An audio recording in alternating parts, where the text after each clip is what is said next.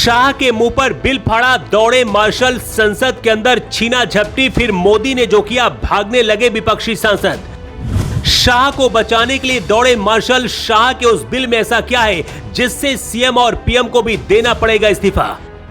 यात्रा छोड़कर संसद पहुंचे राहुल गांधी। संसद में जैसे लिया मोदी ने एक नाम, पूरा इंडिया गठबंधन हुआ हैरान।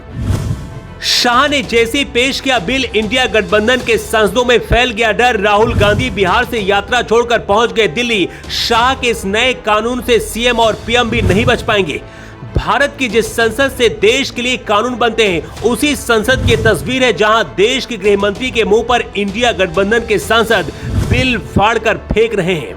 संसद में अमित शाह के ऐलान करते इंडिया गठबंधन के सांसद अपना दिमागी संतुलन खो बैठे। संसद में छीना झपटी शुरू हो गई और अमित शाह को बचाने के लिए लोकसभा के अंदर मार्शल को दौड़ना पड़ा।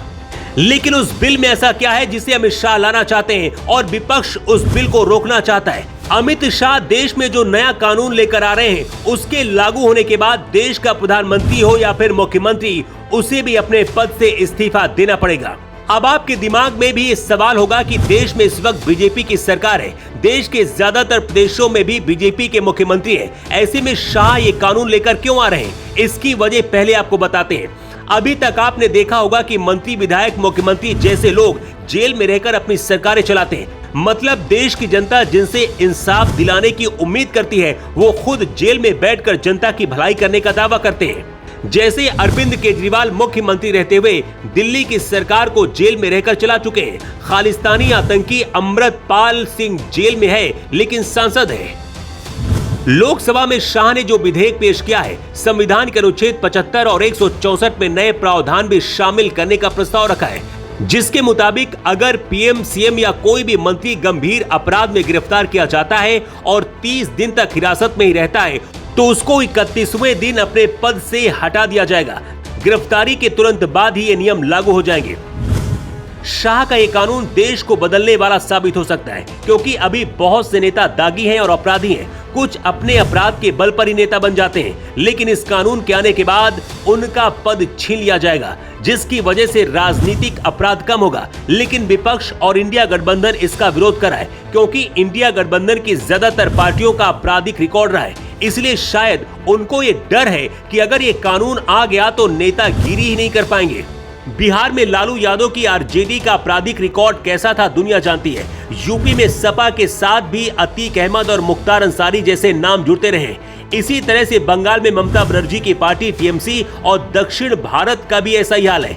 अमित शाह के इस बिल का विरोध करने के लिए इंडिया गठबंधन के सांसदों ने सारी हदें संसद में पार कर दी। ये तस्वीर संसद के अंदर की है, जहां अमित शाह के मुंह पर ही विपक्षी सांसदों ने बिल फाड़कर फेंकने लगे। लोकसभा स्पीकर ओम बिरला रोकते रहे, लेकिन इंडिया गठबंधन के सांसदों की गुंडई संसद के अंदर ही पूरे देश ने देखा। हालात ऐसे बन गए कि गृह मंत्री अमित शाह को बचाने के लिए मार्शलों को आना पड़ गया। संसद में इंडिया गठबंधन को जवाब देते हुए अमित शाह ने कहा है कि गुजरात में जब मुझ पर आरोप लगे थे, उस दौरान मैंने अपने पद से इस्तीफा दे दिया था। मैंने दोबारा जिम्मेदारी तब संभाली थी जब आरोपों से बरी हो गया और संविधान के तहत मुझे पद हासिल करने का अधिकार मिला। लेकिन ये बात विपक्ष को नहीं समझ आ रही, क्योंकि ज्यादातर नेता तो ऐसे हैं जो गुंडागर्दी और अराजकता के नाम पर ही नेता बने होंगे। अमित शाह के मुंह पर जिस तरह से बिल को फाड़ा गया, उसे देखकर पीएम मोदी भी गुस्से में है। इसके साथ ही कुछ सांसदों पर कार्रवाई भी हो सकती है।